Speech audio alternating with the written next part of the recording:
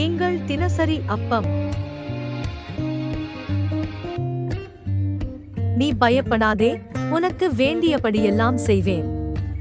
Ruth 3ஆம் அதிகாரம் 11ஆம் வசனம்.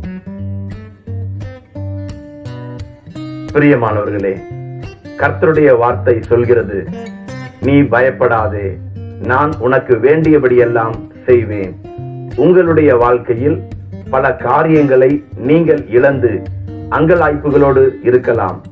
இந்த நாளிலும் சோர்ந்து போன உங்களுடைய உள்ளத்தை தேற்றும்படியாக ஆண்டவர் உங்களுக்கு வாக்கு கொடுக்கிறார். பயப்படாதே, நீ கேட்பது அனைத்தையும் நான் உனக்கு தரப்போகிறேன். பிரியமானவர்களே, மனிதர்களோ முகத்தை பார்ப்பார்கள், நம்முடைய தேவனாகிய கர்த்தரோ இருதயத்தை பார்க்கிறவர். ஆகவே சோர்ந்து போகாதிருங்கள்.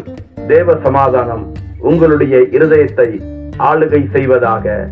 நீங்கள் இஸ்ரவேலின் தேவனிடத்தில் கேட்டதை எல்லாம் அவர் உங்களுக்கு தரப்போகிறார்.